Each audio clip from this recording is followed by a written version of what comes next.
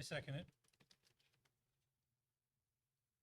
So Tom and I had a little bit of discussion about this this afternoon, and I guess my discussion on it would be, I understand now the question, I believe, comes back mostly to the insurance questions that came up, and we don't have that in front of us, although I did clarify with Mr. McFadden just now what those numbers look like and, well, what charts we're looking for specifically and what number updates we're looking for.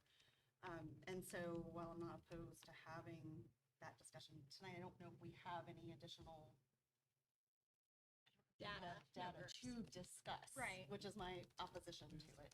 Well, and I understand that we don't necessarily have the data, but at the very least, I think we need to discuss strategy and how we can, what our timeline is. I mean, I'm watching all of these supervisor meetings. They've had quite a few of the budget requests, and I see the sheriff in there and the police or the fire chief in there, and everybody is advocating for every dime that they can get. And at this point, I mean, we've had the tax rate's been set since March 25th. And so we know how much extra money is coming into the county. If we put together our best offer, that we have a fair chance at getting more than just the $750. I don't want to see us settle for only the $750,000. I think we should really be pushing for every extra $1,000 we can. I feel like we just made headway with our conversation about the tennis court situation. I think we should be requesting those repairs so we don't end up having to close Skyline's tennis courts. I think we should be pushing for those support positions, and I think we should really, it's like when you put an offer in on a house, you don't just get turned down with your first offer and walk away and say, oh, well, golly gee, I lost. Oh, well. At least that's not how I do business. I come back with the most attractive offer possible. And we're running out of time. We're down to the wire. And if we don't do something immediately, then game over. It's the $750 and we get nothing else. Additional discussion? Yeah, I agree with you. There is no more data, so there's not a lot more discussion to have, but I would like the timeline. I mean, to know what is the next step? When will we discuss it? And when we discuss it, what will we have ready to discuss? So even if it's just that, I'm fine with that too, but it is a matter of just having that discussion, because it seems like other departments, other organizations within the county are having these discussions and going and asking for their, set amounts of money. And we haven't since May 8th, since our joint meeting. There's been no discussion of it, even at the school board level. So just to get it out there and say, what are we doing? Even if we agree to do nothing, at least we'll know we've agreed to do nothing. But I would also like to not just take the 750, because the 750 wasn't 750,000 extra wasn't the amount to cover the upgrade in the premiums. At least that from the conversation we have, but I've never actually seen what the numbers are and what the data is, and that's where I'd like to have that discussion to at least tonight say, here's our plan for next meeting, because it's just next week. Here's our plan. Here's what we hope to accomplish. Here's our goals. Here's the data we're going to need. Let's do it on that day, because the June 10th is the budget hearing at the Board of Supervisors. Additional discussion? All those in favor, aye. Aye.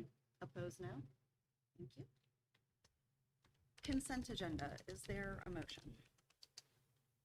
I move that the consent agenda be approved as presented. Is there a second? I second it.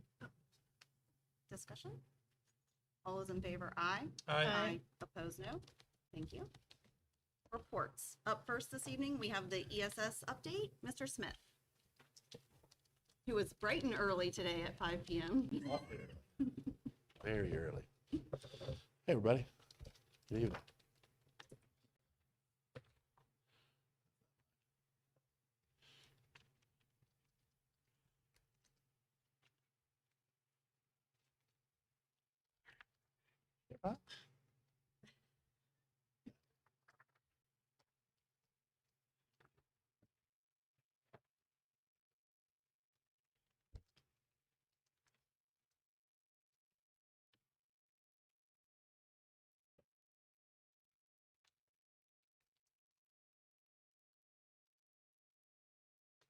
There we go. It's just like the one I submitted. Now let's see if I can make this thing work. Wow, look at that. It's all coming together this week. Members of the board, thank you for, as always, meeting with us. Start with a quote. Teacher affects eternity. Never tell when his influence stops. So just flipping over to the agenda, same standard agenda we have every month. Welcome opening agenda. April and beyond, rates by month, April notes, March snapshot, April snapshot, cost breakdown by building, year-to-date, and the 2023-24 comparison to last year.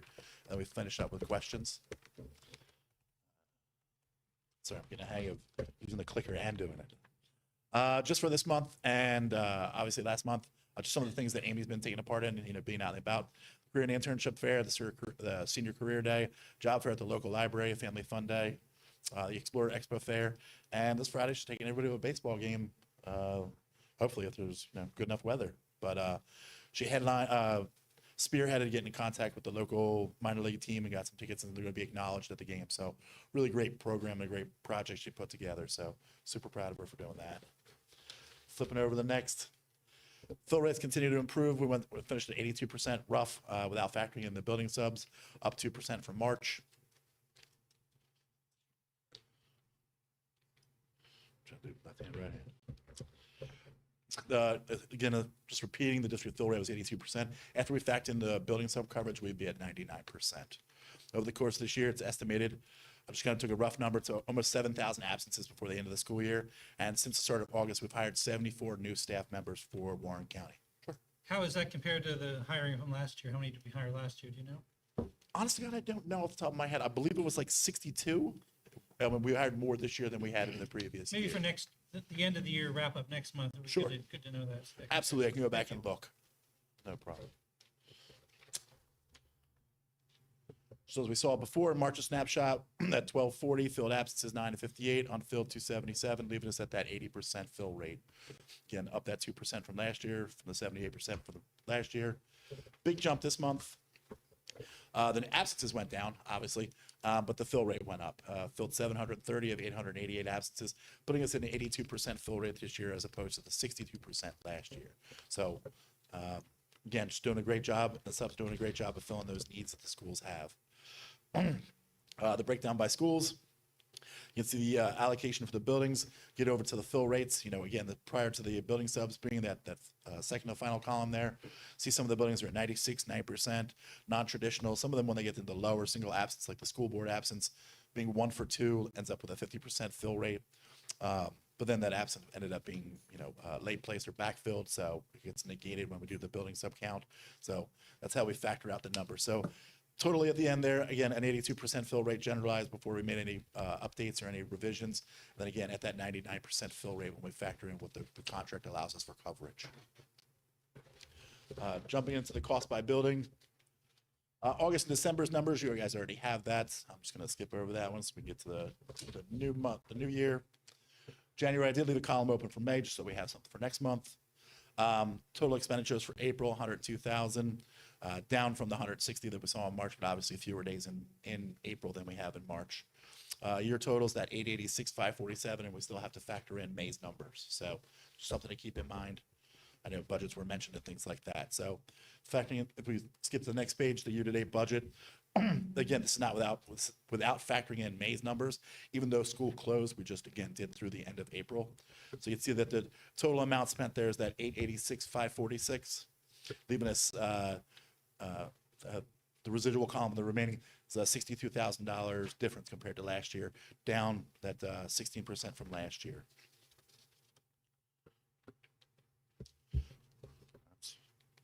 Are there any questions? Have you thought, I like to tell you this frequently because I was so harsh on you last year. It's a great job, I think, of doing this. These are great numbers. Thank you very much. Great fill rates. We haven't done obviously the final numbers yet for the cost effectiveness of it, but it seems like it's going to be still over budget, but less over budget than last year. Yeah. But it seems, and the fill rate's better too. So, do you have any, you're talking to your team about things you'd like to see change for next year? What we'd like to see is that we kind of throw those lifelines out this year, where we're trying to get established with the colleges and the local universities where we didn't have a real college support system there. So hopefully getting the name out through the spring, we weren't able to secure a lot. I think we only had like 2 or 3 student teachers that ended up being able, but we now have the connections and the lifelines to start in the, prep for the fall, so that we can allocate there. So I assume that'll help bring us on. We have another year of positive reputation that's going around. Amy's been doing a fantastic job being out and about in the area.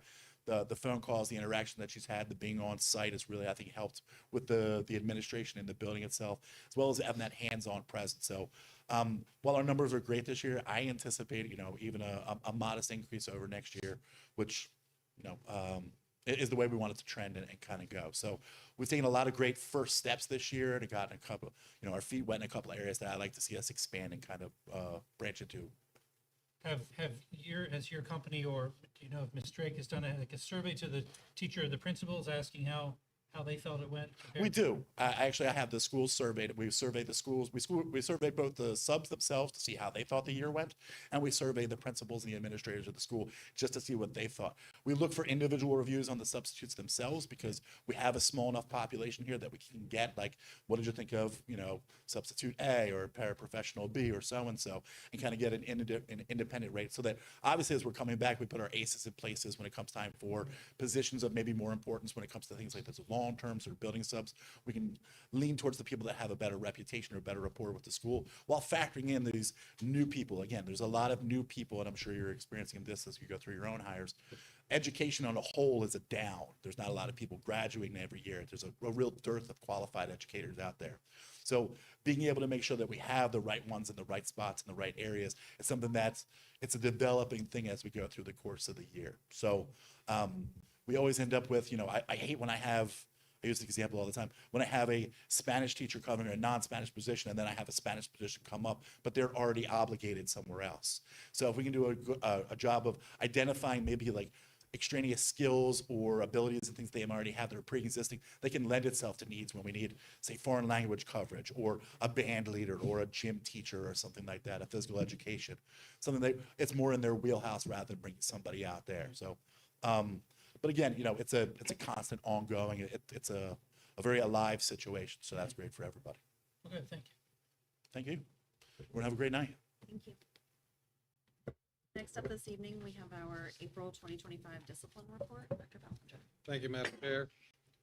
Usually at the end of the year, we typically see some uptick. Everybody's ready for school to be over with, so sometimes we have a little rowdiness. Some schools actually, you can see that in the data that there were a few more disciplines, but others, they actually had a decrease compared to last year. So A.S. Rhodes had 9 compared to 2. E. Wilson only had 1 compared to 6 the previous year. Hilda J. had 14 compared to 10. LFK saw, I guess they're pretty rambunctious over there. 38 disciplines compared to 10 the previous year.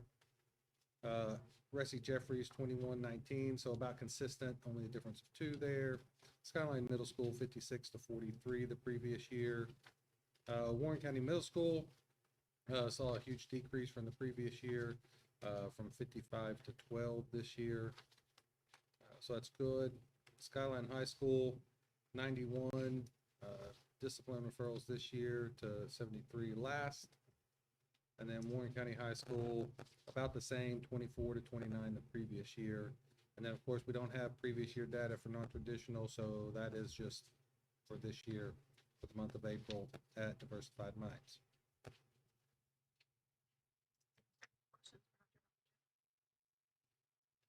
Okay, next up this evening, we have our school resource officer report and update.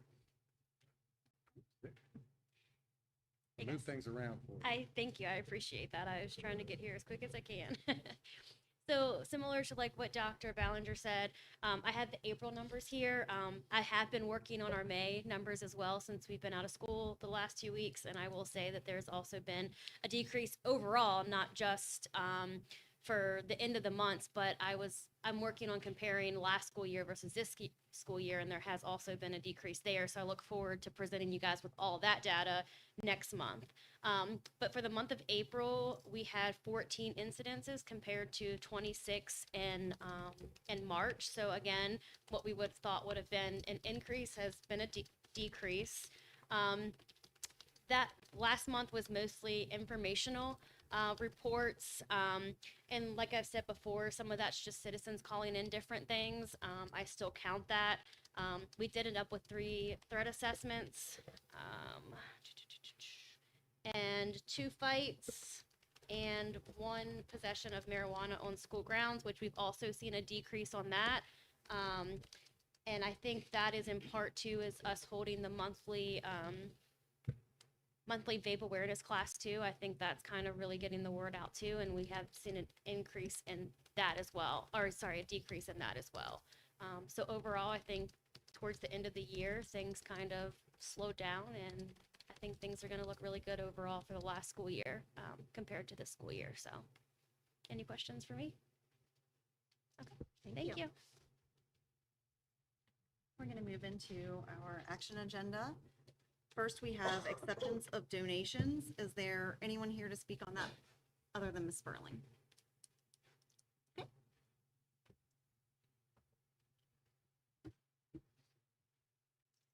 Good evening, everyone. I am here on behalf of the Warren County Public Schools Special Services Project Hope Team.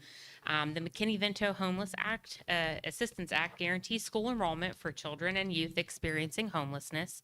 And our McKinney-Vento liaison, Ms. Joanna Martin, supports families with enrollment, transportation, free school meals, and other resources. We are so fortunate to have developed really wonderful partnerships with a variety of community organizations who support our students experiencing housing insecurity. And we would like to recognize and thank the following generous donors during the months of March and April of this year.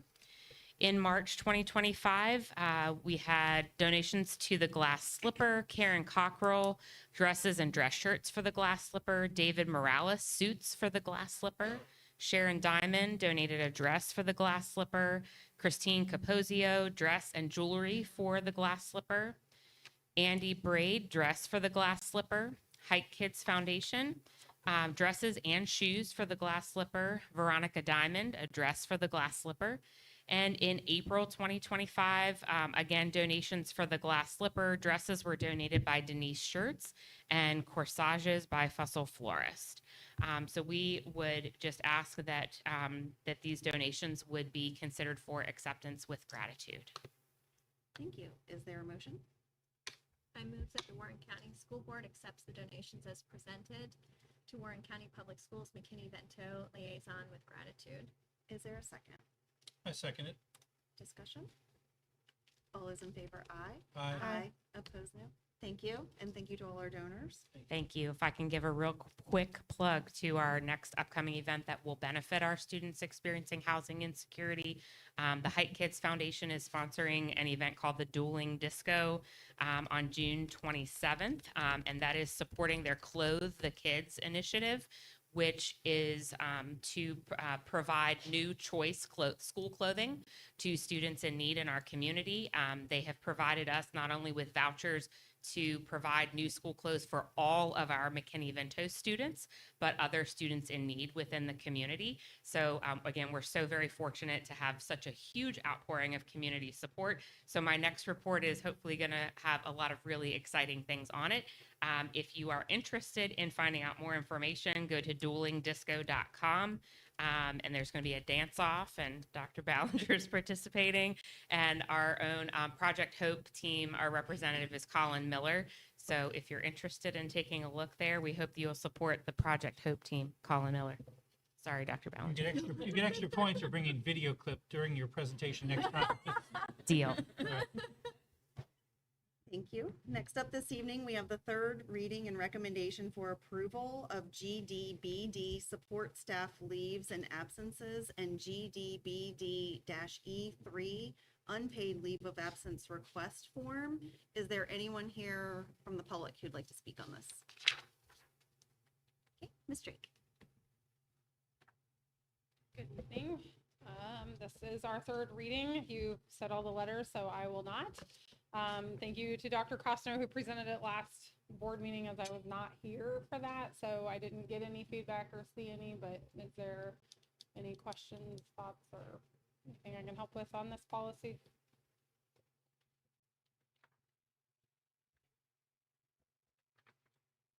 And is there, action, but it's a third reading, it should be an action. Yeah. Am I looking at Actually something? not. Propose or Right. suggest motion. Does it say no action? Because No, I down at do. the bottom It's there's, something was wrong with mine. I'm good. I move that the, Yeah, Sorry, thank go you. I move that the Warren County Public Schools School Board approves the policies GDBD support staff leaves and absences and GDBDE3 unpaid leave of absence request form. Is there a second? I second it. Any discussion on that? All those in favor, aye. Aye. Opposed, no. Thank you. Thank you, Ms. Drake. Next up, we have the first review of the substitute plan for WCPS 25-26. Anyone here who would like to speak on that? Okay, Ms. Drake. Thank you. So this would be the first review of the contract with ESS to renew them for next year. We did make a few changes. There is a 3% increase built into this contract because this current contract we have for FY 24-25 does say that we will have a 3% increase. That's just probably cost of living or inflation in general. So those new rates are on the back. So you can see the difference between the red line and it's 3% on where they are.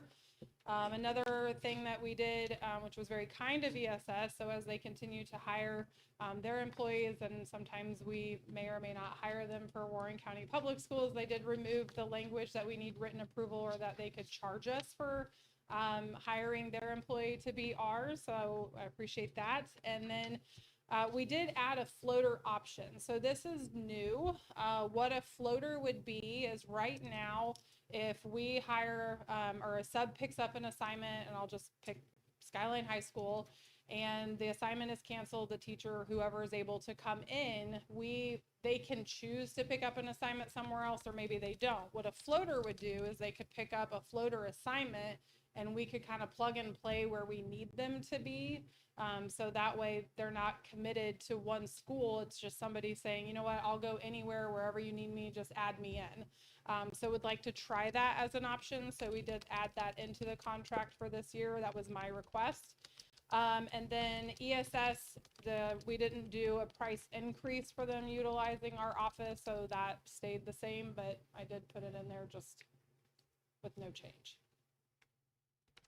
But anything you would like to see or that we can talk to ESS as they are here about the revised contract that we would like to see. I will say with this, because they have to send this to their legal team to review. If there are changes, I would need to present to that tonight to them to hopefully their attorney can assist, because then I have to have it uploaded Friday for our next Wednesday meeting. So it's a quick turnaround. So I know it's your first reading and looking at it, but if there is something, I just want to give them the opportunity to have that time with their legal team to review it. You said the biggest difference is just the 3% increase, Correct. which is fine to have because you should. It's in our current contract. Other than now. that, it's basically the same. Correct. Are there any things from your end that you would like to, I mean, obviously they put this together for you, right? This is their contract to you. No, Are So there any- we met and I said what I would like to see. So this is really based off of what I've requested from them. And then them actually just removing the written agreement and charging us if we did hire, because we have hired some of their employees to be ours, so. Okay. So you don't have any other things you'd like them to do? That's it? Not at this time. The floater was kind of big to add just because right now, if they pick up an assignment, I can't say, okay, well, this assignment actually got removed and you can go here because of driving and liability. So that's why we did the floater. Okay. So, any recommendations you have? What is their percentage that they get on this? 3%. No, I mean, I think it was like they charged 30% or something like that, right? Because we had argued that over the years of like what their profit is that's charged through each. So Yes. So that would be the new pay rate to the employee and then the bill rate, and that percentage, I don't know if you know off the top of your head. 30.5. 30.9. Yeah, I'm trying to. Okay. We know what it was this past year? It was, Oh, nice. and I'm sorry, you said it was 30.9. 30.9. Yeah. Okay. Right. Correct. To the, okay. The subs are getting it, Correct. okay. Good, thank you. That was what I was trying to clarify. Thank you. Anything additional from Ms. Drake this evening? I apologize, this is the one that was no action. So we'll hear about it again on Wednesday. Thank Yeah. you. Okay. Next up, we have the Warren County Public Schools 25-26 salary scale revision approval. Is there anyone who would like to speak on this evening? Okay, Ms. Drake. All right, so, after we sent out contracts and the pay scale for everybody to review, I had probably about 300 emails. Just questions, different scale, it's new. So it was really nice to get those to help provide clarity. So some of this, or one of them specifically, is the titles on pages 10 through 12. They weren't on our old scale, so I'm just adding those in, just kind of keep it clear. So like if a bookkeeper, high school, middle school, really just transparency and adding that in there. An educational supplement for instructional assistants. So we've had 2 IAs come to us. They have their master's degree, and we stop our current pay scale at a bachelor's. So we do pay our teachers and other positions to have, additional education. So just mirroring that with our instructional assistants. So for an instructional assistant to have their associates and or to be highly qualified, which is their praxis or parapro, they would get $1,000. That's current in our scale. The bachelors, they get $1,900 for that educational supplement. The additions would be if they have their bachelor's plus 15 at $2,500, and then their master's at $3,300. So I don't know the full financial impact to that, other than the 3 that have come forward and said that they have a master's degree, but would like to kind of staggered structure that to mirror our other scales and, incentivize them if they have that degree. Then we also have a VRS supplement on scale 35 and 39 to 7,500. So one of them is actually already current. We're already paying that. It's been approved. It's been there. We're just documenting that. And then the other one, it's a combo. It's 6,600, and it's just aligning it to having the same, like, why pay somebody less for doing the same role. And then last, I would like to see, we have 2, I'm saying part-time secretaries. One is at Blue Ridge Tech, they're a learning coordinator. So they get $16 an hour. And so we had requested in our budget meeting to get, a different scale for them. At the moment, we're not able to do that. So I would like to see at least them get the 3% increase. So it's about 48 cents. It'd be $16.48 for both of them, but at least they would be included as they do work, 24 to 30 hours a week for us. Any questions for Ms. Drake? So we don't know what the total fiscal impact would be for all of these changes. I only know of the 3 IAs, and then, 48 cents times 2, $1.52 weeks, not a lot for the part-times. But if more instructional assistants come out that we don't know about because it hasn't been offered, we would. But right now, we're looking at a little over maybe 10 grand. Any additional questions? Is there a motion? Can I ask you, sorry, I'm my question time right now. If we didn't move on this, or we waited till we finalized our budget request, would that be too late? We're sort of coming down to the wire for the budget requests. It's tough to make a decision about how things are going to affect the budget when we don't even know what our budget is. Yeah. I would say, it's obviously up to you if you want to wait. I think, giving some hope to the part-time to let them know they would at least get that 3% I think it's fiscally affordable. The titles, I don't know, would have a big impact. I think there's some that maybe we could say yes to and not have a big impact if you wanted to wait, but, it's up to you if we want to look at it again afterwards. If our hope is to have this kind of a final decision, at least on our part, next week, waiting next week to discuss it, but again, I don't know, it's tough flying blind, Yeah. Well, and we won't have a final decision next week because we have to wait on what the county approves. And then once the county approves their budget towards the end of June, that's when we'll come back and finalize ours. So we really won't be finalizing our budget until the day after or days after the county approves their final budget. Well, I misspoke, not the final, but at least from our point of view, that we've come to an agreement of what we'd like to ask for. Yeah. That way, if there's an extra $10,000, then it'd be good to know that there's an extra $10,000. Yeah. That's And, just my and thought. other contracts have already gone out. Yeah. So, I mean, these again, and all contracts state, this is pending Contingent Um, upon budget approval.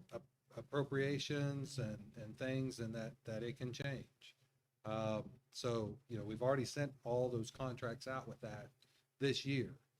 Again, these would just be aligning, with some of those that, like, for instance, on that nursing scale with the 6,600, it's all coordinators are 7,500, and, it's in the budget for a nursing coordinator. So you're looking at that $900, to align that there. The other one, we were giving it just wasn't on the scale, so it doesn't count towards VRS if it's not on the scale. So by putting it on the scale, although they're already getting it, then it's already budgeted for.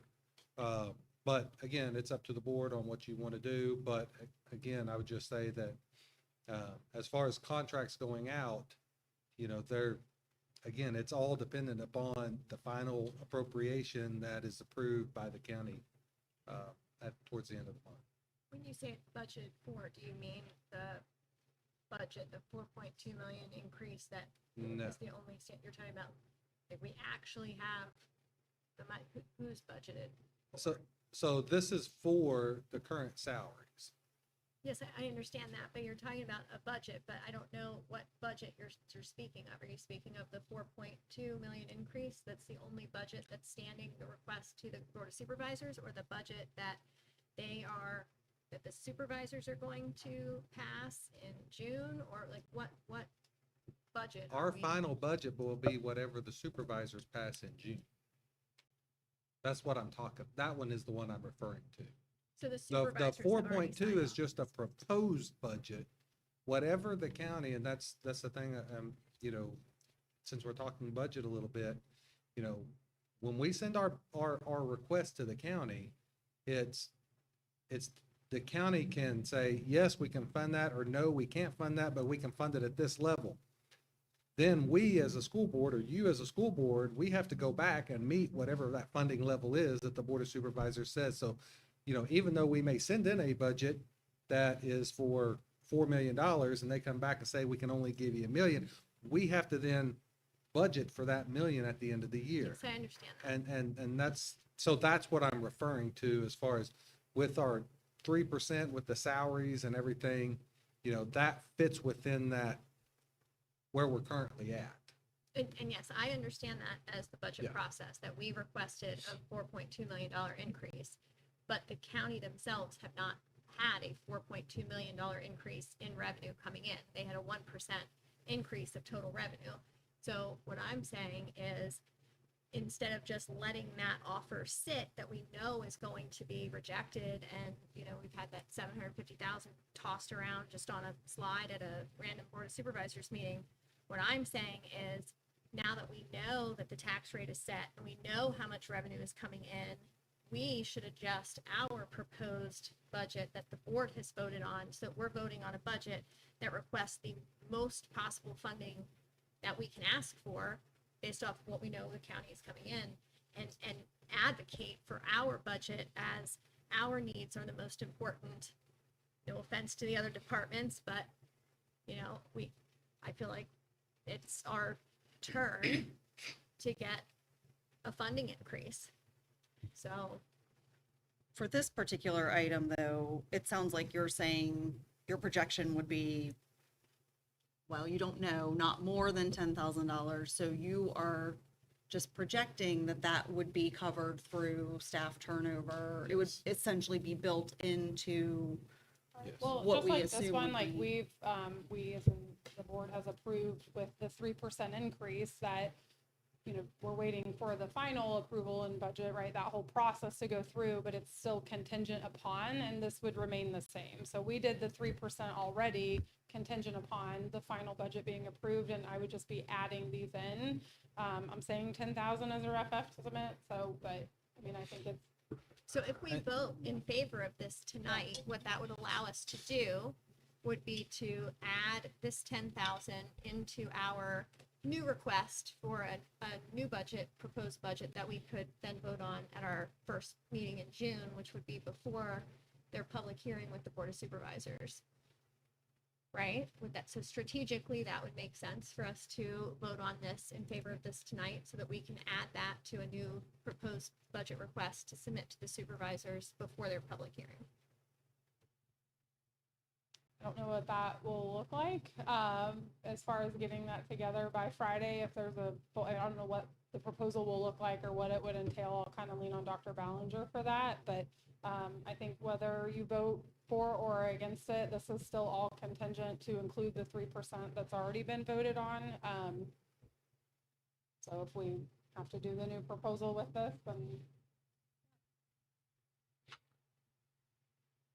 But Dr. Pence, you were right. A lot of this will be covered with staff turnover or back pay, because, you know, when you do have a teacher retire, you know, you're definitely not going to be pulling somebody in with that many years of service into that same position. Is there a motion on this? I move that the Warren County School Board approve the revised 2025-26 salary scales and part-time secretary adjustments as presented. Is there a second? I'll second. Any discussion? All those in favor, aye. Aye. Opposed, no. Thank you. Thank you, Ms. Drake. Next up, we have approval of the local school wellness policy. Is there anyone here who would like to speak on that? Dr. Costner.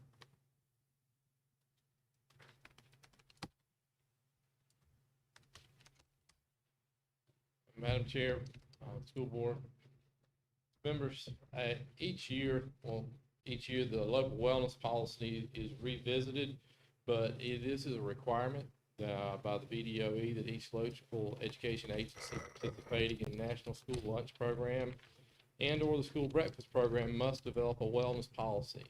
Ms. Fernandez has presented the wellness policy to you all prior to this meeting. She's also gathered input. We do also have Ms. Kimsey here. If we have any particular questions, she serves on the committee to help put this draft together. And this is something that we are seeking for approval, that the Warren County School Board accept the local school wellness policy as presented. Are there any questions for Dr. Costner? Is there a motion? I move that the Warren County School Board accept the local school wellness policy as presented. Is there a second? I'll second it. Any discussion on that? All those in favor, aye. Aye. Opposed, no. Thank you, Dr. Costner. Thank you. Next up, we have an update on the serving line at Warren County Middle School. Is there anyone here from the public who would like to speak on that? Dr. Costner? Thank you, Madam Chair. School Board, as you know, that we are very fortunate to have an outstanding food service program. And our food service program has been doing a wonderful job. And actually, they're getting geared up for the summer program. We'll probably give you a little bit of feedback on that at a later date. But with part of the funding that they've been able to get, they are in a spend down. And so with this part of the spend down program, they're wanting to update and improve the serving line at Warren County Middle School. They have gone out for quotes, and the most economical quote comes in from MTS Equipment in the amount of $49,480 to update the serving line counter at Warren County Middle School. And I do ask that the board approve that so they can move forward in getting that updated at Warren County Middle School. This will not cost anything to us, to the division. This is part of their spend down program. Thank you for clarifying that. Are there any questions for Dr. Costner? Is there a motion? I move that food services be approved to purchase MTS equipment in the amount of $49,480 to update the serving line counter at Warren County Middle School. Is there a second? I'll second. Any discussion on that? All those in favor, aye. Aye. Opposed, no. Thank you. Thank you, Dr. Costner. Next up, we have the third reading and recommendation for approval of GCCB, Employment of Family Members, GCBEA, Leave Without Pay, GCBI, Civic Duties. Is there anyone here who would like to speak on that? Dr. Costner? Thank you, Madam Chair. As you know, our school board policy subcommittee has been working diligently and reviewing different policies. And this is the third reading. The first reading was on April the 23rd. Second reading was on May the 7th. So I bring forth the third reading for these policies, which is GCCB, GCBI, and GCBEA. I'd like for the board to approve those. Are there any questions for Dr. Costner? Is there a motion? I move that the Warren County School Board approves the policies GCCB, Employment of Family Members, GCBEA, Leave Without Pay, and GCBI, Civic Duties as presented. Is there a second? A second. Any discussion? All those in favor, aye. Aye. Opposed, no. Thank you, Dr. Costner. That's a big chunk. Okay, next we have, I'll do it for you, Dr. Costner. Thank you. Next up, we have the first reading of FECBA, Energy Efficient Construction, FECBB, Accommodations for the Disabled, FEG, Construction Planning, FF, Public Dedication of New Facilities, FFA, School Names, FG, Retirement of Facilities, FK, Facility Renovations, GA, Personnel Policies, Goals, GAA, Staff Time Schedules, GAH, School Employee Conflict of Interest, GBC, Staff Compensation Procedures, GBD/BG, Board Staff Communications, GBEA-E, Acknowledgement Form for Employees Alcohol and Drug-Free Workplace, GBEA-R, Drug-Free Workplace Professional Staff, GBEF/JHCL, Lactation Support, GC, Professional Staff, GCB, Professional Staff Contracts, GCBB-Supplementary Pay. Is there anyone here from the public who would like to speak on those? Dr. Costner. Thank you, Madam Chair. As you can see, the school board subcommittee, policy subcommittee has been working diligently on reviewing the different policies, and these were the ones that have been submitted. This is just for a first reading. There is no motion that is needed, but was there anything that within your first reading, have you had an opportunity to see that you would like to be added or deleted to any of these? And just to let you know, to kind of help with this, a lot of the subcommittee, when they presented it, there were some added links to most of them, but no major changes were made as they reviewed these policies. There were some minor changes, as you can see within the red line items. Is there anything from the two of you? Yeah, I would just agree with that assessment that I did review all of these and that there were no major changes. Yeah. They were just getting up to speed, and there was very few changes, so they're what they have been. Great, thank you. Thank you. While we're still on this topic, though, I would like to ask, this question came up to Ms. Lowe and myself today about future, like, what we're doing with the SBMA right now is having us go back over all of our current policies and sort of update and making sure they're up to speed, but then there's always going to be new policies that come out. I don't think we have any plan in place of what to do about that. I know when we went with SBMA, and whenever it was a year ago, we discussed that and said we're just going to go with this right now because our policies were behind the times. But there are new policies coming on with legislation, so I don't know what our plan is to do that. The SBMA offers that as well, I believe, but it seems like we should at some point, whether it's tonight or elsewhere, to talk about what our plan is for that. I think at one point we were talking about having our lawyers do it. That gets awfully expensive. So SBMA has an opportunity. They have a division that does that too. So maybe that's something we can talk about. But it is something from the Policy Review Board point of view. They're doing a great job of getting us these things in the time we need them to be. But when there are new policies coming back. I got an email from them today saying, here's some new policies. Sort of like, here they are. Do you want them? Like, well, we can't want them because we're not part of that group. We don't have a subscription to have that to it. So it could be something we could think about getting involved with. Is that for laws that are coming out July 1? Laws are going to July 1, maybe even laws that have come out earlier this year. I mean, we obviously haven't had anything in place for the past year to cover any new laws that have come out in the past, since even last July. So we don't really even know what laws we're not up to speed on in that sense. The only thing we asked them to do is go through the laws that we currently have, don't make up any new ones, just revise the old ones. So that's what they're doing. That was our contract with them. But for a couple bucks more, they have an opportunity to go through and keep you up to speed on whatever new is coming out. And they have templates that they send out. Obviously, you can always agree with them or disagree with them, but that's what they have that service. Ms. Lowe, did you have, I think we had talked about asking them.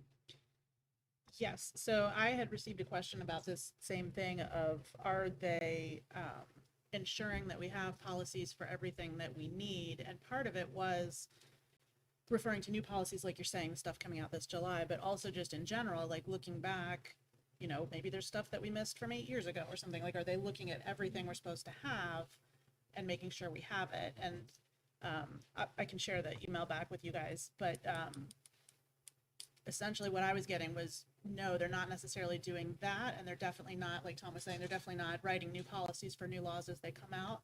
What they're doing is looking at what we have existing and giving any recommended changes to that, but it's not to say that maybe we might be missing some policies.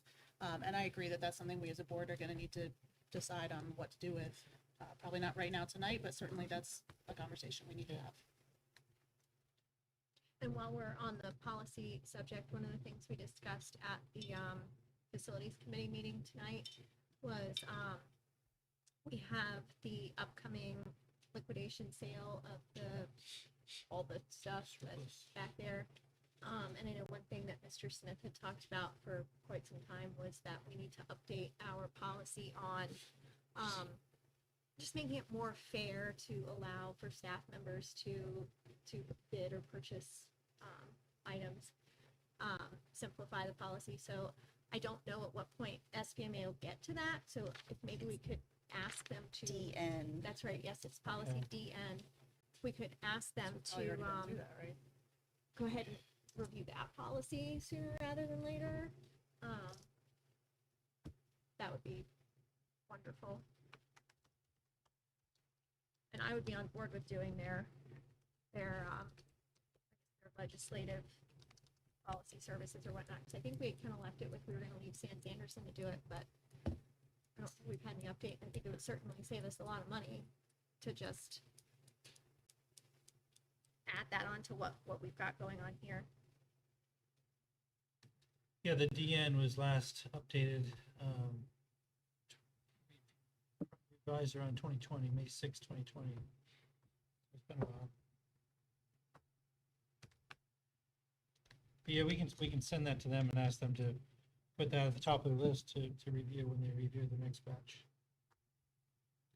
Or I know also Dr. Costner's been in those committees, or the facilities committee meetings. So if there's something specific that we want to work, and then we can run it through, Yeah. because they don't know what we're Right. asking for. Yes, ma'am, I'll be glad to look, see if I can actually compare to what some policies that may be out there and try to look at updating our policies to accommodate some of the concerns that have transpired through our meetings, and be glad to put that in writing and that would be my question is, would it need to come to you all? Does it need to go to the, through the subcommittee? What would be the best process that you would like for me to follow?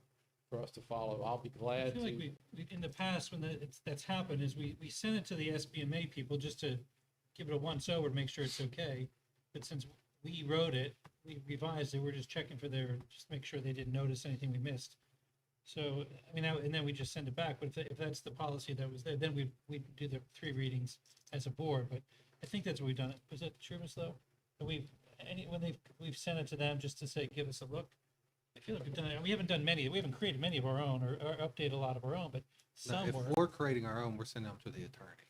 We're not creating, but we have specific, I think we have specific things that we Right, wanted to now see you guys changed do with it, this yeah, one. yes, if there's something, then they can add that, but then also we do, if there's Sure. question, we send those to the attorney to review, because they do not have legal staff with SBMA, for those policies, so.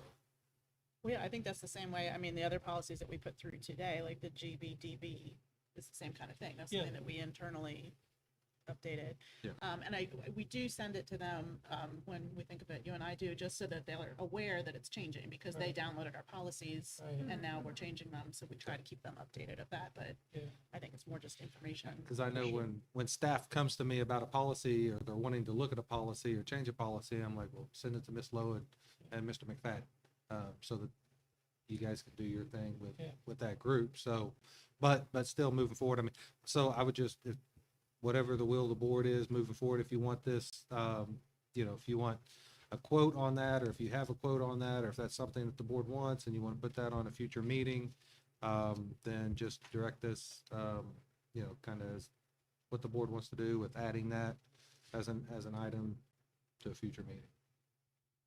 Well, Yeah, that's two different things we're talking about. We're talking about the new. As policy far as services, just and the then we're new talking about policies, the new update to policies. DN, which I Yeah. think probably would go through Dr. Costner first, and then we would have, you guys would submit it to SBMA for review once we have, as a board, what we thought we wanted the changes Right. to be.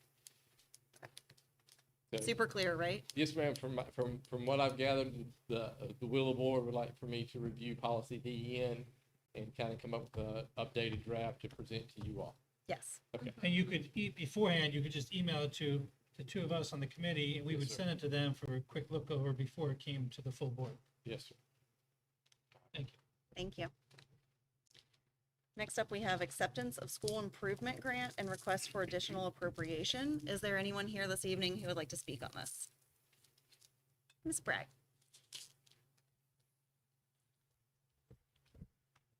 Good evening. Under the Every Student Succeeds Act of 2015, E. Wilson Morrison, Leslie Fox Kaiser Elementaries, and Warren County Middle School are federally designated as targeted support for improvement, and Skyline Middle School is federally designated as additional targeted support and improvement. The designation allows the school to be eligible for a school improvement grant to support the implementation of selected evidence-based initiatives for English and math. The total amount of the school improvement grant for the 24-25 school year is $193,795.84. Warren County Public Schools requests $101,804.42 of the grant be applied to fiscal year 25. The remainder of the award will be requested in FY 26. Schools have until September 2nd, that should say 2025, to spend the grant award. Are there any questions for Ms. Bragg? Is there a motion? I move that the Warren County Public Schools accept the school improvement grant award in the total amount of $193,795.84. I also move that the superintendent be authorized to request the additional appropriation of $101,804.42 from the Warren County Board of Supervisors. The remainder of the grant will be requested in July 2025 to be applied to fiscal year 26. Is there a second? I second it. Any discussion on that? All those in favor? All those in Aye. favor, aye? Aye. Aye. I thought you were going to say something else. No? Thank you, Ms. Bragg. Okay, moving on to our work session this evening. The first item is a presentation of draft Title 1, 2, 3, and 4 grant applications. Ms. Bragg. The Title 1, 2, 3, and 4 applications seek federal funding to improve basic instructional programs, teacher and principal training and recruiting, support for language instruction for English learners, and increase the division's capacity to provide all students with access to a well-rounded education. The title grants are based on the previous year's allocation, and the applications are due by July 1st. The budget figures are preliminary, as we have not received the budget figures for the coming school year. Once the VDOE provides that allocation, the applications are revised as needed, and the budget can be adjusted. There is a summary of what each of the title grants covers that was part of the attached documentation on how the federal programs will be, the money will be spent and utilized. And also the application and assurances were attached for your review. So no motion is needed tonight, but just for your discussion, the applications for those federally funded title grants. Questions for Ms. Bragg? The question that came up for me was just about grant writing in general. We've heard from different departments over the past year and a half, at least for me, that there's certain grants that are available to us, and sometimes I think some divisions have a professional grant writer. Is there, do you find this difficult to do, or is it, do you need help with it? Is there some, are these easy to get? Are they just, just fill in the blanks from last year, or what? So these are flow-through grants. So they're issued from the federal government and they flow through the state Okay, to the schools. So these are grants that are already designated for schools. okay, And so this is just, we have to fill this out with our template as to how we are going to expend those funds and make sure we're meeting the legal requirements to spend those funds. So this is not us having to go out and seek grants. These are title grants that Title One, like, well, and like, I think it was last month you did 6B special ed with Ms. Burley. Those are grants that are coming from the federal government down to the state. They flow through the state to the school system. okay. And so these are just, basically, they provide us a template. We have our plan in place on how we're going to spend those funds and make sure we're following the law. And then it's on a reimbursement basis. So the state holds the money, and then the county is actually kind of fronting us the money. And then when we get the reimbursement, the county keeps the money from the reimbursement. So we have to spend the money in order to get the money. So, but it's not a, It's a sure So in thing. this But we case, do they're have- not necessarily competitive. They're No, not they're like not- the competitive Yeah, grants that they're come not up. competitive. Yeah. But we do have a federal programs position that this is all they do, is make sure we're in compliance with the federal laws and regulations, that we're, our grants are completed, that they have the required meetings with our private schools and things of that nature. And so there is somebody that oversees these, specifically the grants we're talking about right here. Okay, thank you. Additional questions, discussion on this?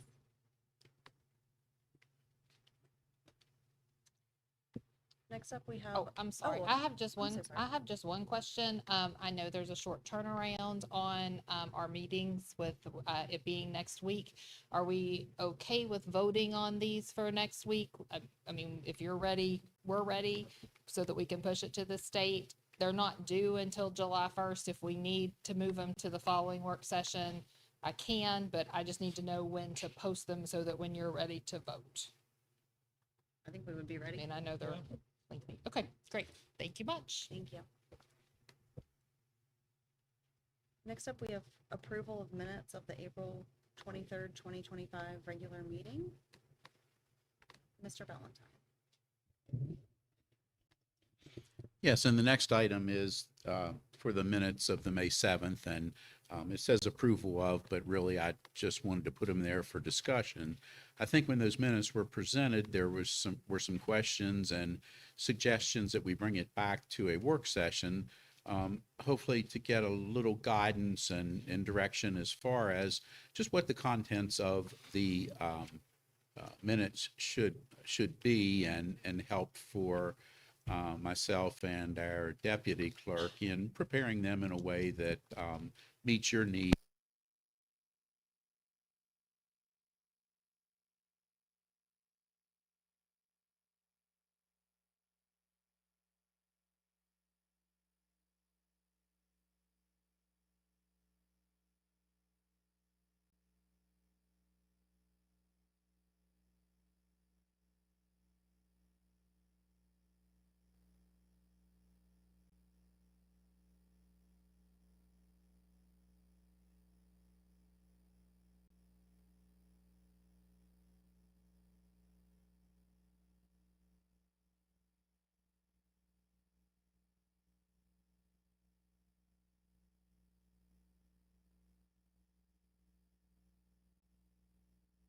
service, and it's a summary, and I know, again, I'm not necessarily pushing, I just think it's a question to say, do we want more information or less information? If the purpose of minutes, at least from my idea of a purpose of it, is for historical record to go back and say what happened, they're not as involved as maybe someone could get an understanding of what happened. They certainly tell you the overview, I get it, and that was something I think Ms. Lowe had mentioned last time. I was like, well, maybe the minutes aren't supposed to be as involved as you want. So I just, it's more of a bigger question from our point of view. Obviously, we could do whatever we want to do, whatever we agree on. I think I mentioned before, Shenandoah County has, you know, play-by-play, word for word, or whatever that goes on, and I don't necessarily know if that's a good thing either, but it just seems we got up to speed on our minutes this year, so thank you for that. But I think, again, if someone wanted to go back and do some research from a couple of years later from today, might be hard to find something. I mean, they could watch the video, obviously, but so it's more just the concept of whether the minutes should be more involved or less involved, or whether they should be transcriptions, or whether, whatever. Yeah, I guess I'm torn about that too, because no one will read 300 pages Right. of minutes. So a summary and then, And our videos are posted on the school board webpage there, where they access board docs, correct? And I think when you look at policy, and I'm sorry if I interrupted you, Madam Chair, you know, if you're wanting to look at policy, the board, you know, board members can look at BDDG, and that is minutes. If you really want to dive in to see what policy states about the minutes, and then review what you want to do as far as moving forward, you know, because I would say if you're wanting to adjust that, then let's have this conversation about the policy, if that's where you're wanting to move. Because I think when you look at that, policy does state that it, you know, it's a summary. And I can tell you from looking at minutes, some of the summaries are just the heading of the action item at some schools. Yeah. Some schools, like you say, Mr. McFadden, gives a full transcript. Most do what we kind of do. You kind of capture what the action item was, kind of what the conversation was, but you're not into the minutia of the details as to who said what, or this specific person said this, or something of that nature. It's just kind of to capture the general vibe of what that discussion was. That way, to me, you know, it would trigger me as a community member. Hey, I'm reading this. I may want to go watch that video, and now I can hear the full thing. So, but it's up to the board. I mean, whatever the will of the board is concerning minutes, you know, we'll do that. I just think that you guys just start with policy BDDG, and kind of see where you want to go with that. I think on that, oh, sorry, go ahead. Just on that particular item, yes, budget discussion, and there's all kinds of things that we discussed. And I know there were attachments on board docs, but I agree, like, you wouldn't know from the summary Right. what any of those worksheets looked like. So I wonder if there's some compromise where we could link in those documents at that point, or even start time stamping. I know that would take work too, but timestamp to the meeting, like, okay, at hour 3 and 45 minutes, Right. this is when we started talking about this budget discussion. I mean, I wonder if that would help people then not have to watch the entire video. They know exactly where they were going. I do know when the World Examiner, when they post stories about it, they do frequently say, go to this part of the video if you want to see this section, which is very, very helpful. Obviously, when it's down at the government center, you can click to the section you want, so that's easy too. It's more just for this meeting, I guess, it's more problematic in that sense. But with AI and things that are out there to make things easier or summarize, it shouldn't be harder to do. I mean, the question is obviously whether we want to do it, but it seems like with all the technology out there, it could be pretty easy to do in some manner. I'm not as up to AI as I should either. But. From my perspective, my understanding of meeting minutes, just separate from this board, you know, just from like Robert's Rules of Order, has been pretty much what we have. And I think Robert's Rules goes into, like, you know, it's not supposed to be a transcript. It's not supposed to be a back and forth. It's supposed to be a record of the actions that were taken. So, like, there's motion, it was seconded, here's how the people voted. And we do have that, and we have some more details. So that's why, from my perspective, I feel like it is what I would expect for meetings. Now, that being said, if we wanted to do like an AI transcript of this meeting to publish, I wouldn't be opposed to that. Yeah, maybe But that's that'd be- just why I was saying, I feel like this is what I would expect from a board meeting minutes is what we have now. See, I don't think we need a transcript of everything because we have a video of it. However, we all know that I love to go back and dig through I've dug through so many old Board of Supervisors meeting minutes. It's just not even funny. And when there is a work session item, like with Robert's rules, yes, if you are voting on an item, it's pretty straightforward. The items are attached. But when we have something like budget discussion, what I'm used to seeing when I'm looking back through minutes is not just let a discussion on the budget, but a basic summary of the points that were volleyed back and forth. Typically, from what I've seen, it could be a paragraph, maybe two. Mr. McFadden wanted to raise the budget, you wanted to lower it, we want to do this, want to do that, whatever. But it was just a very quick sentence or two of what the perspectives shared were, because a summary of let a discussion of the budget doesn't really give, that's not a Cliff's Notes summary type situation. You wouldn't know what was discussed. Then you would have to go watch the whole meeting video. You wouldn't know what the opinions were. I feel like in many cases it's doing that. So is it just like that particular item or just a few items that It it's just not happened to be the one, I was using? just reading those notes for that one. I just noticed that was, we don't have Because a a lot lot of of. these do go into like, I'm looking at Well, that's why we didn't want to vote on this one, is specifically because the That one budget point. discussion didn't follow the typical method in which it's like when we have our meetings at the government center and each board member gives their report from the board, it summarizes what we said.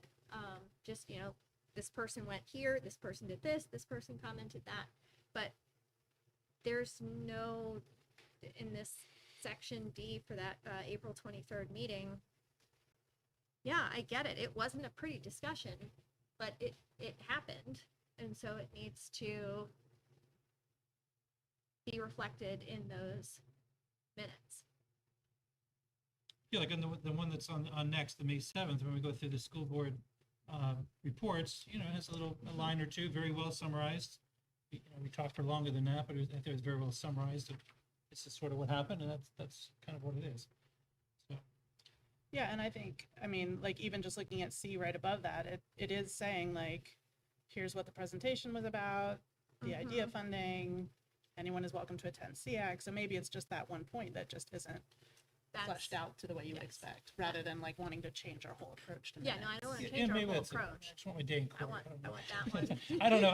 Again, I was just reading over it. It was something that it was a back and forth discussion. It was just that. So it's not a condemnation of all the minutes or anything like that. Yeah. Nothing. It was just that one in particular was I think needs to have a little more fleshing out.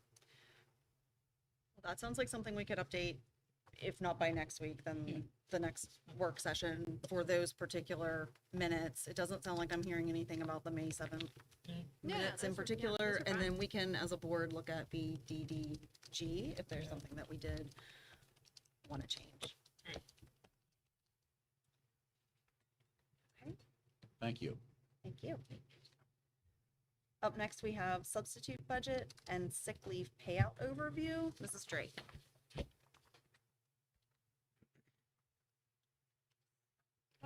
Good evening. Just wanted to, I like data numbers. It kind of helps me provide some clarity on where we are. So with our substitute budget, I just wanted to propose some suggestions at the end. And I know that there's more than two options, which is why I just wanted to add this to a discussion. So when looking at our substitute budget, we had budgeted over $820,000 for our subs. Year to date, we're at $880,000, as was just presented. That's just April. That's not including our May numbers. So I'm calling it a deficit. Obviously, yes, we have the funds within salaries or somewhere. We're going to pull it. But just within the overage, we're at $60,000 through April with our sub budget. And just as a reminder, our attendance incentive, which I'm calling it an incentive, comes out of this line item as well. So on the next page, sorry, I don't know if you wanted to pull those up or not. Yay. Oh, it does? Oh, thank you.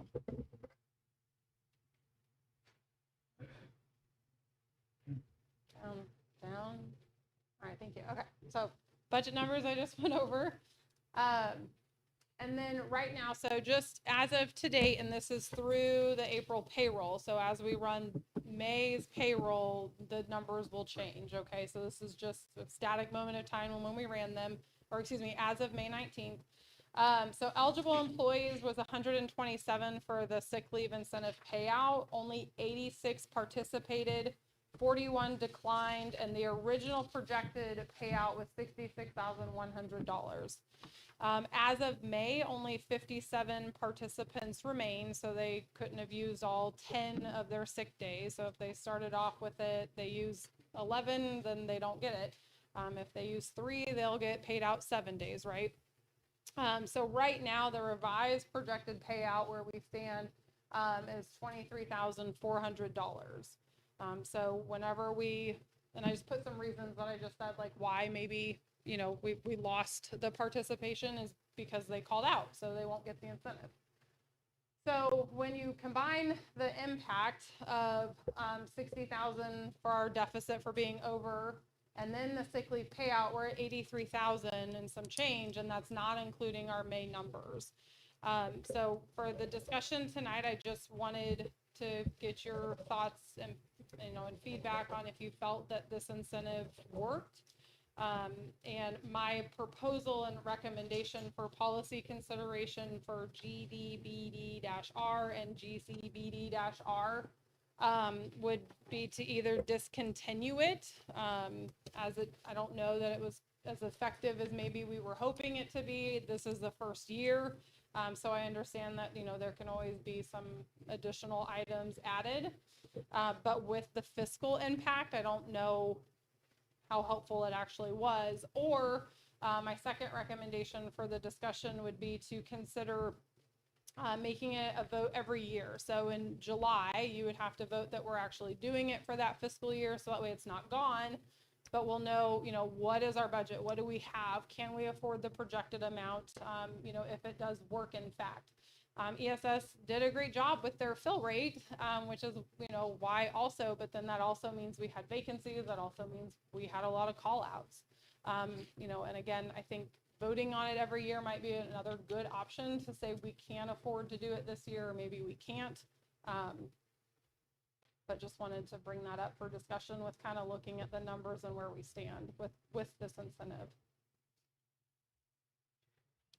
So do we know how our employee attendance compared to the year before? I don't. Because that's the idea, and that's where if we were to save money, that's where we would have saved it. But without knowing that, I'm not sure if we could say, even knowing that, there's so many factors I'm not sure we could say, but without knowing that, we definitely can't say, did it help? Did it work? What was the impact on our budget? Because we don't know. Right. If it reduced absence rates and we didn't have to fill with subs, we could have saved money. Yeah. Versus if we didn't do it, although it would still be hard to tell even with all the figures in front of us. So it'd be the total absence rates, not just the ones that would have been eligible for this incentive, just in general. No, the ones eligible for this incentive, which I think are the ones that we get subs for, right? So those are the ones we're trying to reduce, because those are the ones that cost us money. Yeah, since the year before we hadn't done it, just looking at who maybe would have been eligible and seeing where to pull that data from. Right. Okay. I do one thing I did crunch a couple numbers from the whole substitute thing. Obviously, we don't know how this year is going to end up because we have a whole other month to add to it, but all that being equal, last year we overspent our sub budget by 37%. Right now we're at 7%, 7.3% over budget. And our budget last year, we spent $992,000 last year on subs. Right now, we're currently $111,000 below that. So it just looks to me like something good has happened. We had been thinking we'd go over $1 million this year based on last year's.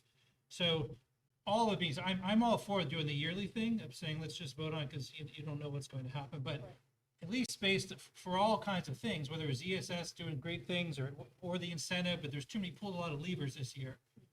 I would think we did way better this year financially from the substitute budget, even though we blew past our budget, and we will go further back. But we're not 37%. We're not 37% over budget from last year like we were last year. So I think it was a great year. You as first year can take all the credit, you know, if you want to. But I wouldn't want to make any changes of it until we had some more data to see how it is. We could look at those 57 people that were still eligible to remain and say, did they, if they had taken their 10 days, how would that have affected us financially? We could even ask them, because we know who they are. Did it matter to you? Were you trying to actually get the payout? Is that why? Because that's a better thing. So I think the reason we incorporated was to be able to have our teachers stay in our classrooms longer and better, and then reward them for doing it, not have to pay out. And it just seems like, again, we don't have all the data, the year's not over, but something good happened in the world of substitutes this year. I wouldn't want to monkey with it yet. I mean, unless there was some other data showing that. The data I'm hearing is just looking at the total absences so far to see the impact. Is there anything else specifically you'd want?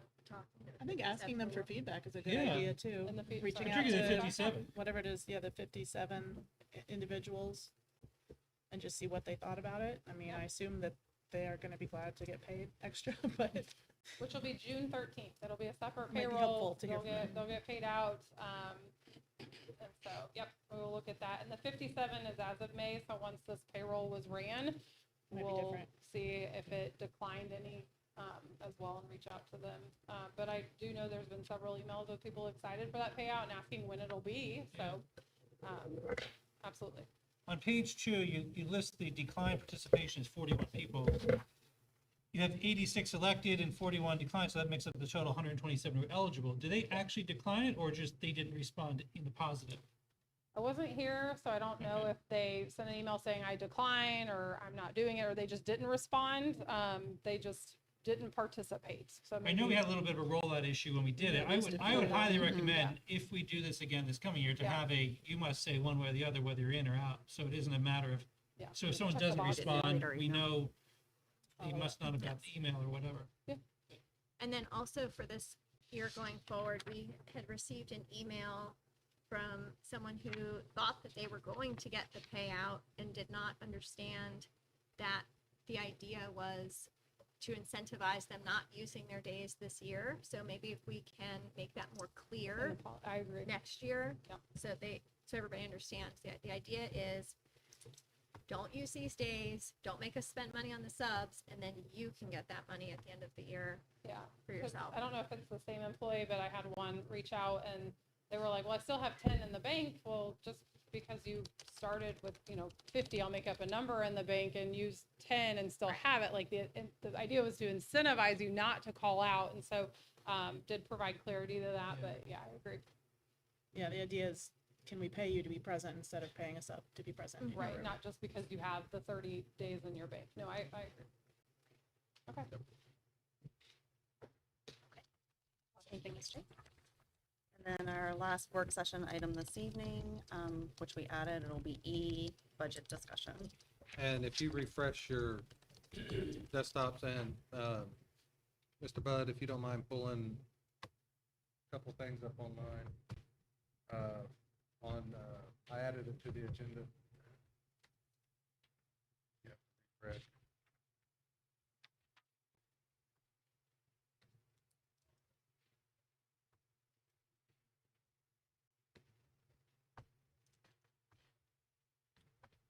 It'll be on down at the.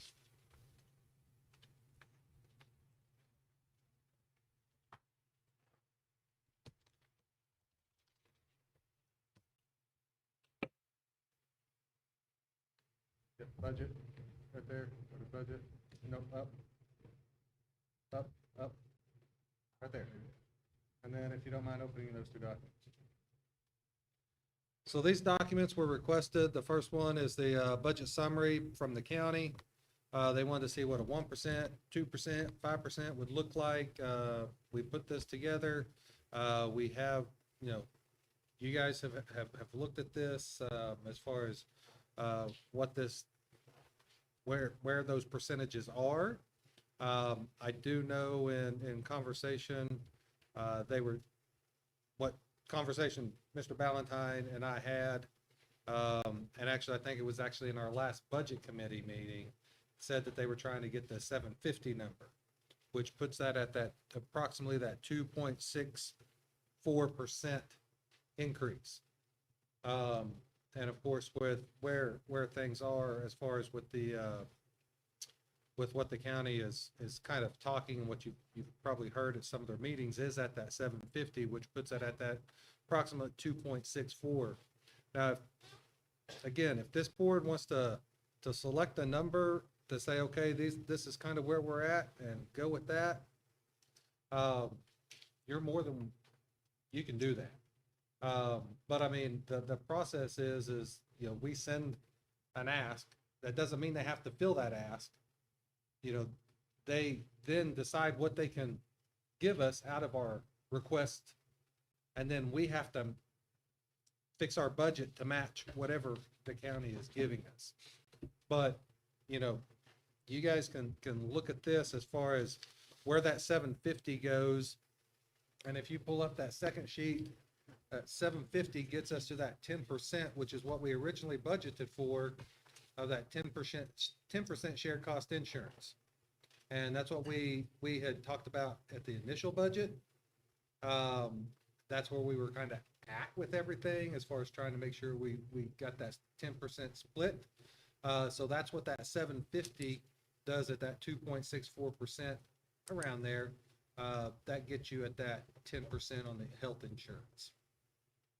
So at the last joint budget meeting we had with the Board of Supervisors, we brought this information with us, and before that, when we had talked at our last board meeting, we had discussed that we wanted to try to ask them to contribute as much money per person as the county contributes towards health insurance. Mhm. So we were banding the whole 3%, 5%, 10% going towards that. Mhm. We were looking to say, how many will it be? And so we brought to that budget meeting a very small little folder here, or a file that had it very clearly explained. And this, we spent a lot of time talking about this in our budget meeting, saying this would be really good to have this revised to meet our standards, so that we can say, here's the county contribution, which would be identical to the county, because our employees are as important as the county's employees.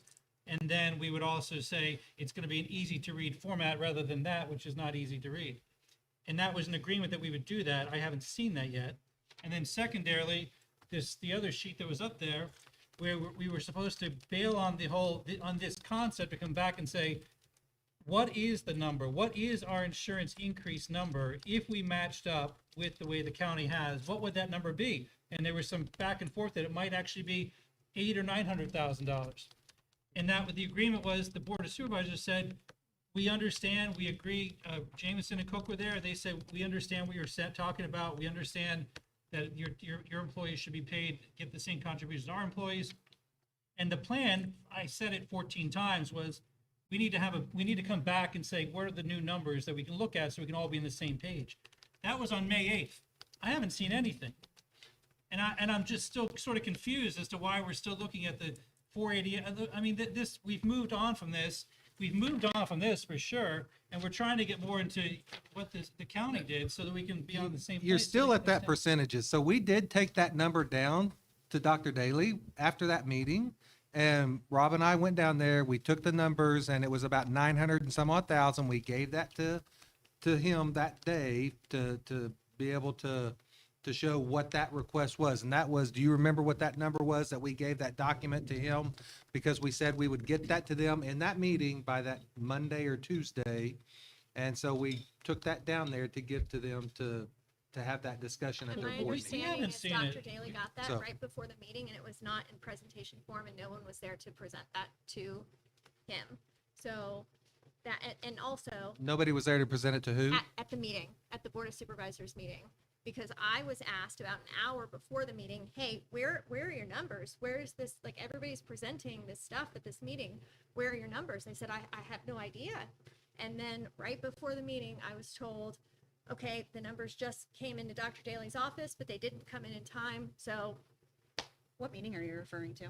one of the last Board of Supervisors. They told us meetings. that we get it to them by Tuesday, and that's what we got it to them by, was Tuesday. By Tuesday, when they have a 5 So- o'clock meeting and it comes in at We 4. were working on that, and we got it to them. Well, it's a And so matter of, the do we thing, wanna the thing work- also is that when we take it down there, the number, when we say here, it's about, 900, almost to 1 million, the response we get is, well, I'm getting you at 750. That's from Dr. Daly, and Dr. Daly works at the will of the Board of Supervisors, not, Dr. Daly does not run this county and doesn't get to vote on this budget. Ultimately, that falls on the Board of Supervisors.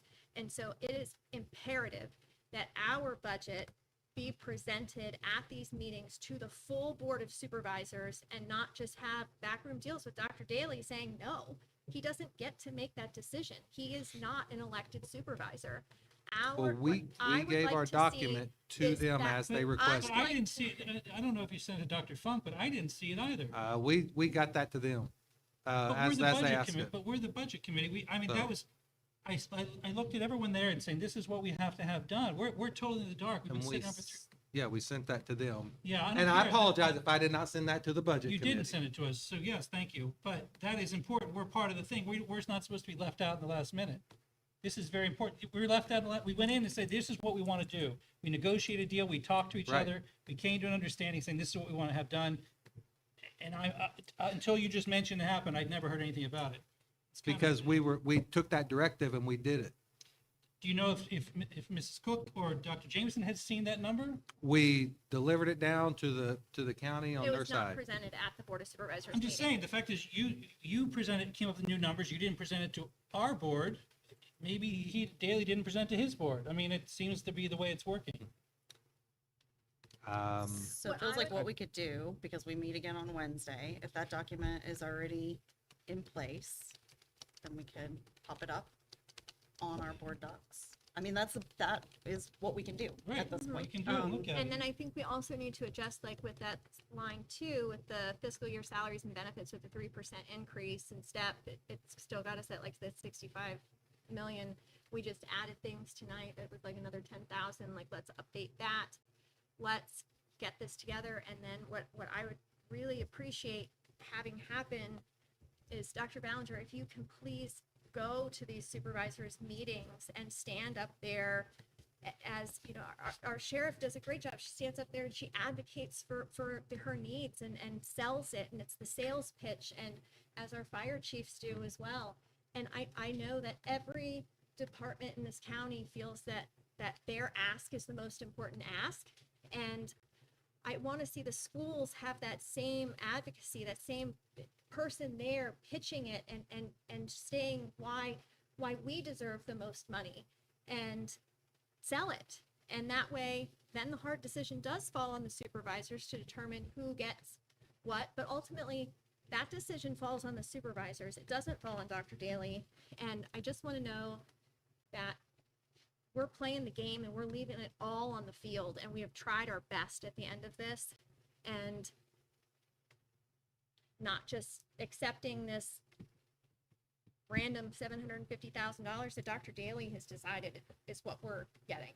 So let's sell them on this, and let's add in also a request for one of the student support coaches to help with the reading. That seemed like something that the supervisors had a sympathetic ear for, was keeping those positions, some of those positions at least. But let's make our best and final offer and really just sell it to them. Well, I do agree with you on advocating for our budget, but I mean, it is certainly a different situation with the schools versus the sheriff's office or another department, because, you know, the sheriff is in charge of her budget, whereas we are in charge of our budget, not Dr. Ballinger. And so that's why I think it's so important that we have these working groups between our board members. That really is where that advocacy should be taking place. And, you know, I'm not opposed to us asking Dr. Ballinger to attend their meetings sometimes to answer questions or something, but really he's not the decision maker for our budget. We are. And so that conversation should be happening between our two boards, which is the reason for the joint meeting and so on. I mean, I'm just saying it's a different situation for us than for any of the county departments. Well, and I would like our board to, now that we know that 4.2 is not happening, it didn't come in. So that is one of the things that I have been requesting, is that our board vote on a new proposed budget request that is within the realm of possibility. That is more than $750,000, but within the realm of possibility of this is our best and final offer. And so that was, What do we think that number might be? Like, what do you think, ballpark or a range? Well, 1.2. yeah, somewhere over a million. I mean, one of the things we had at that meeting was talking about what is the amount, if the board of supervisors that were at that meeting, again, they're not speaking for the whole board, we're in agreement. Dr. Daly wasn't necessarily, but they were in agreement that we should be paying the same contribution, that our employees should be getting the same contribution. If we just start with that, that's going to be more than 750. I mean, I think that was I've never seen any numbers, so I don't actually know, but that's the thing. So if we can at least get in there and say, well, this is why we're asking, you gave us 750, is just kind of write-off. Maybe it's going to be 925. And the reason we want 925 is because in our joint meeting, we agreed that that was an important thing to make sure we get the same payout. Even if it's just that, it's a win, it's victory. It's more because it's based on something reality that we did meet about and we came up with a conclusion. Right, and I'm saying, that's why I'm wondering, like, what figure you think, because if we are thinking 1.2, well then, okay, we'll figure out however much this health insurance is gonna be, let's say it's 900, then what are we gonna ask for next? And I think those IAs are about 34, 35 each, you know, can we do a few of them? Like, we Yeah. could see what One at we're each looking at elementary as school. potential things to ask for, knowing, again, they won't necessarily say yes, but Right. just at least ask for. Yeah, I would like to get, as I stated this whole season, more than flat funding, more money for the students. But it has to be a bit of a sell to be able to explain that why we need it, not asking for everything, but ask for some things that are just, we absolutely need them.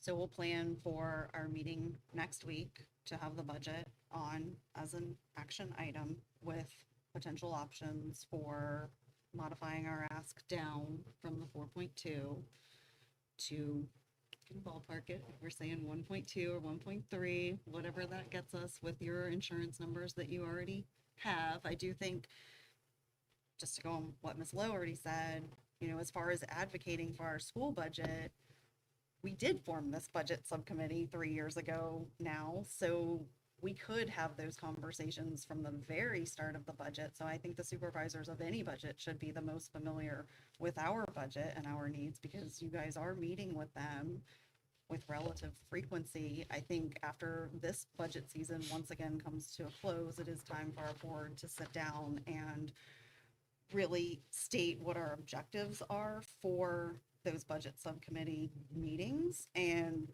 what we expect to hear out of them. If we're hearing, you know, hey, the supervisors promised us $2.1 million, well, then the next action should be whoever the chair is, hey, let's pop that on our very next budget or our next meeting agenda, that this is, you know, what they're agreeing to. And we make sure that we get that, because I don't want the narrative to be after the fact, our board has turned down money. Right. Because I just don't think that's true. And then that's our way to openly discuss it. And then when we're talking about, just so you have the information that you need to kind of put this together for next week.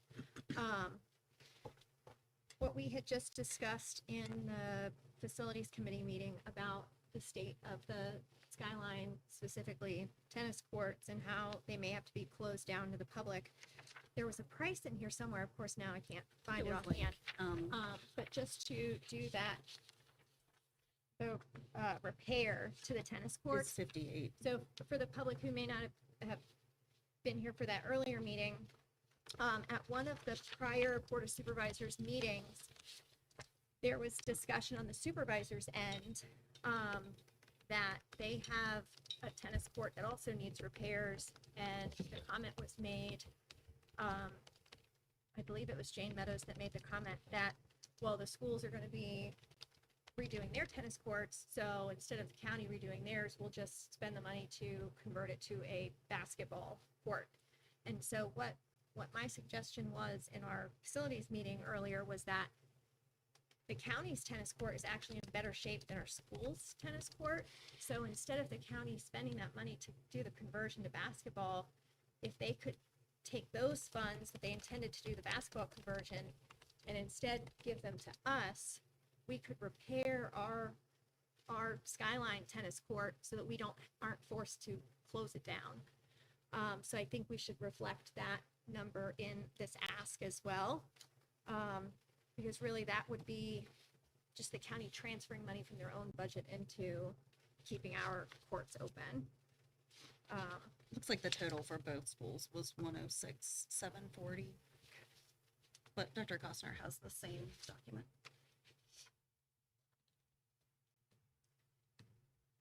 Okay. Any last thoughts on this? If I could ask for us to be read into closed session, please. Yes.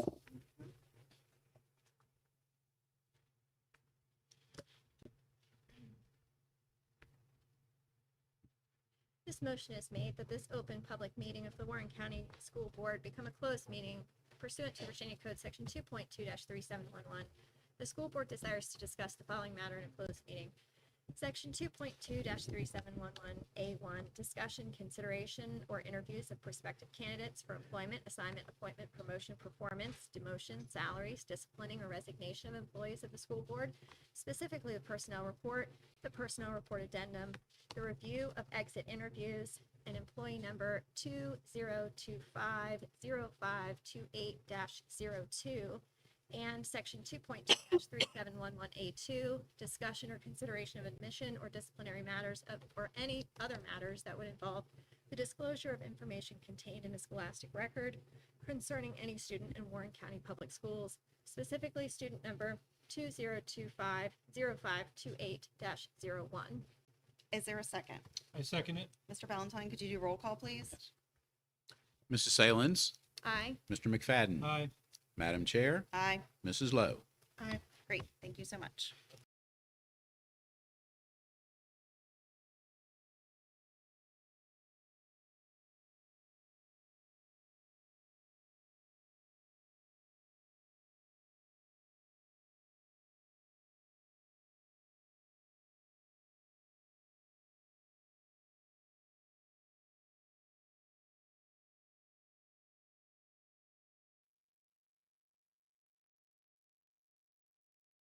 The votes recorded by the clerk of the school board of Warren County does hereby certify that to the best of each member's knowledge, 1, only public business matters lawfully exempted from open meeting requirements under the Virginia Freedom of Information Act were discussed in the closed meeting to which the certification applies, and 2, only such public business matters as were identified in the motion by which the closed meeting was convened were heard, discussed, or considered by the school board.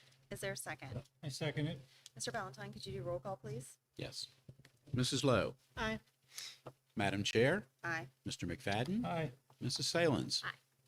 Is there a motion on the personnel report and personnel report addendum? I move that the May 28th, 2025 personnel report and personnel report addendum be approved as presented. Is there a second? I second it. Any discussion? All those in favor, aye. Aye. Aye. Opposed, no. Anything else?